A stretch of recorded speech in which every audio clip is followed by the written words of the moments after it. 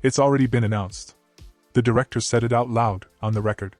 And now we know that Avengers, Doomsday has the very real potential to destroy everything that Avengers, Endgame built so extraordinarily, unless one very specific thing happens. Welcome to Avengers Protocol, the channel where we analyze the MCU with the seriousness and depth it actually deserves.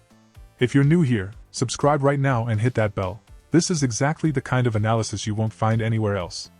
And if you're already part of this community, you know what to do. Hit that like button, because that helps us enormously to keep producing content at this level. Very few films in history have been as important and as significant as Avengers, Endgame. That applies to the history of comics, to the history of cinema, to the history of what it means to be a fan of geek culture, and even to the history of Hollywood as an industry and as a business. The film was released in 2019 and accomplished something that seemed almost impossible, closing out a multi-film saga with parallel storylines and dozens of characters that had begun back in 2008 with the first Iron Man movie. And it did so brilliantly. It closed enormously important narrative arcs while simultaneously delivering massive fan service for the audience, using the concept of time travel in a way that wasn't just nostalgic, but also served to remind us how much these characters had grown. Look at who they were. Look at what they became. It's no coincidence that the film didn't even have post-credits scenes. Instead, it had a deeply emotional credits sequence revisiting the epic moments of the entire Infinity Saga, including the signatures of the main cast. It was, genuinely, a great farewell. Which, from my perspective, was a monumental mistake for Endgame, because Marvel Studios had no intention of stopping. Not in movies, not in series. And when the stories that came next started arriving, audiences noticed that those stories felt lost. Regardless of whether they were good or bad, and there were both, it seemed like Marvel had become so focused on developing new characters that the established ones were simply forgotten. At the same time, the overarching story didn't seem to be going anywhere. So much so that we went through practically all of Phase 4 and Phase 5 without a single super team movie. And when a film finally arrived that brought multiple characters together, it was Thunderbolts, which ended up declaring itself the new Avengers, but it was definitely not what people were expecting. That's why an enormous number of people lost interest in Marvel's productions. We've talked here several times about the reasons that led Marvel into that chaotic period during Phases 4 and 5 post-Endgame. It's worth going over the most important ones. First, the obvious. Endgame was an absolute success, and Marvel Studios was smart enough not to try to top it immediately. The move they made was to step back, scale down the stories, and try to reconnect with audiences on a more human level, not cosmic, not world-ending. In a sense, they tried to return to Phase 1, where the focus was on building characters and showing the world around them. A brilliant strategy in theory. That ended up poorly executed for two fundamental reasons. The first was the COVID pandemic, which disrupted the production of multiple films and series. Suddenly, those productions needed to change order, and that severely scrambled the planning. For example, Doctor Strange in the Multiverse of Madness was supposed to come out before Spider-Man: No Way Home. So much so that America Chavez, introduced in the Doctor Strange film, was going to be crucial in No Way Home. She was originally going to be responsible for opening the portals that, as it turned out, Ned just randomly learned to open out of nowhere. The second reason was something called Disney Plus. Or more precisely, the landscape surrounding Disney Plus, because that's when we lived through the real streaming wars. If you've made it this far and you're enjoying this breakdown, I need to ask you something right now. Hit that like button, it gives this channel an incredible boost. Subscribe if you haven't already, and follow Avengers Protocol so you don't miss any of the analyses coming up. Every like, every subscription, every comment is what allows us to keep producing this kind of content at the depth it deserves. Ready? Let's keep going. Netflix dominated the streaming market, and with the pandemic that market grew enormously. The major studios and companies in Hollywood all wanted their piece. Apple launched its own streaming service. Paramount, Sony, a huge number of platforms emerged seemingly overnight. And Disney didn't want to be left behind. Disney's then CEO Bob Chapek made the call: produce content at full speed. Take every major brand they owned and push them to produce content at scale. That's why series started pouring out not just from Marvel, but from Star Wars and other major Disney franchises as well. This left Kevin Feige, the great architect of Marvel Studios, the man who kept all the stories organized and coherent, completely overwhelmed. He was simply unable to simultaneously oversee the production of films and multiple series at the same time. With Marvel movies it was more manageable, 2 or 3 films a year, and he could be present, talk to the directors, see how the stories fit together. But that was no longer possible at that volume. And to make things worse, Marvel Studios didn't have enough experienced professionals to oversee all that content. That led them to hire directors and writers without experience on large-budget productions.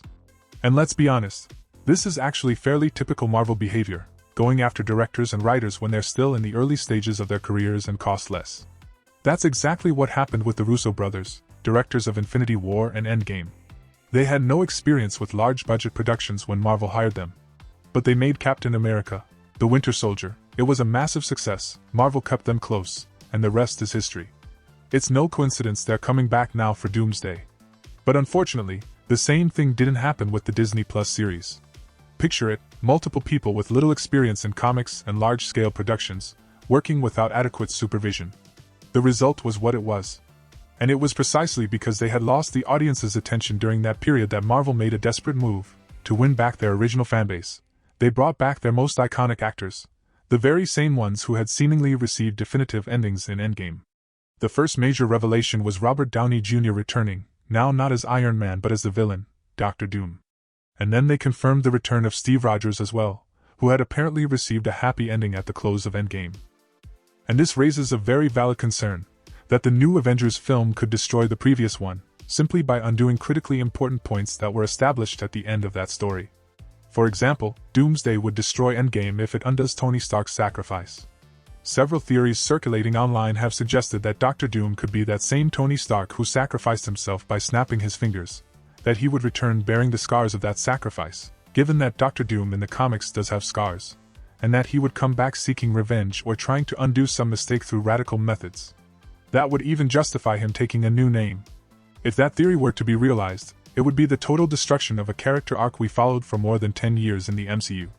There's also the theory that Dr. Doom could actually be another son of Tony Stark's father, that the Tony Stark we know was adopted, but that in another reality the biological son of the Starks had survived and become Dr. Doom. A twist of that magnitude would also destroy Tony's legacy, because it would call his entire identity within the MCU into question. The Tony Stark we followed for over a decade wouldn't be a legitimate Stark. Touching any detail of Tony Stark's story in the main universe we followed throughout the films would be an enormous mistake.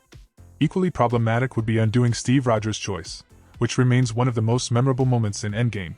Steve choosing to go back to the past, live a full life, marry Peggy Carter, and return to hand Captain America's shield to Sam Wilson. If Doomsday suddenly says that Sam Wilson is no longer going to be Captain America, that would be a massive self-inflicted wound. It would mean Steve's choice was wrong. It would mean undoing everything that film put in place. And in the same way, if in Avengers, Doomsday we discover that Steve Rogers didn't actually live a happy life with Peggy Carter, at least not for any meaningful period, that would also destroy what Endgame presented. Because that ending was only beautiful to us because we believed that Steve had finally found rest, had finally found happiness. If we suddenly learn that he had children but the marriage fell apart, that he kept fighting, that he was never actually happy, if that gets established as canon, it will be a narrative tragedy of the First Order. Marvel's bold decision to bring back their most iconic actors comes loaded with enormous risks. Ideally, I'd say that the story of Avengers, Doomsday should follow a path closer to that of Thunderbolts. Because what they did there was take several new and established characters from Marvel's post-Endgame era and bring them together in a story that was genuinely emotional and well-constructed. After a very long time, Thunderbolts was a film that actually moved the cinematic universe forward. The problem is that Thunderbolts wasn't a massive box office success. That's why the path Doomsday is going to follow is that of another film that was a box office success, Deadpool and Wolverine. And despite being a fun movie, you can't really say that the story of Deadpool and Wolverine is deep. It doesn't develop its characters in any complex way either. The story is very basic and holds together primarily on fanservice, special appearances, returning actors, and a heavy appeal to nostalgia. It's very clear that Doomsday is following that same road. They even went back to recruit classic actors from the X-Men era. But that path is also extremely risky. Because while it's almost guaranteed that Avengers, Doomsday can be a box office success, it could also end up being completely useless for winning back audiences long term. If it turns out to be a one-time event where people go to the theater, enjoy themselves, go home, and feel absolutely no need to watch any more Marvel content. Marvel's great differentiator has always been building cinematic universes. And that requires captivating characters whose stories develop beyond a single film, not just special appearances that are there for the moment but don't need to show up again. And if those special appearances keep happening constantly without a solid story behind them, people are going to get tired. Nostalgia has an expiration date. And that's how Doomsday risks not only ruining the Endgame experience, but also wasting Marvel's opportunity to genuinely win back its audience for future productions. These new Avengers films need to go beyond fan service, beyond returning actors. And that is the only thing they need to achieve for these films to be truly successful, beyond box office numbers. The Russo brothers have already said that the new Avengers films will be different from Endgame, because Endgame was the end of an era, the close of the Infinity Saga. They don't want to turn Doomsday or Secret Wars into a finale. They want it to be a new beginning, the presentation of a new era. And if they do it the way they're proposing, then it's not possible for Doomsday to ruin Endgame, because they would continue treating Endgame as the close of that era, and the new films would simply be a new story beginning. It's no coincidence there's so much talk about a Marvel reboot, since after Avengers, Secret Wars the stories could begin developing in an entirely new universe.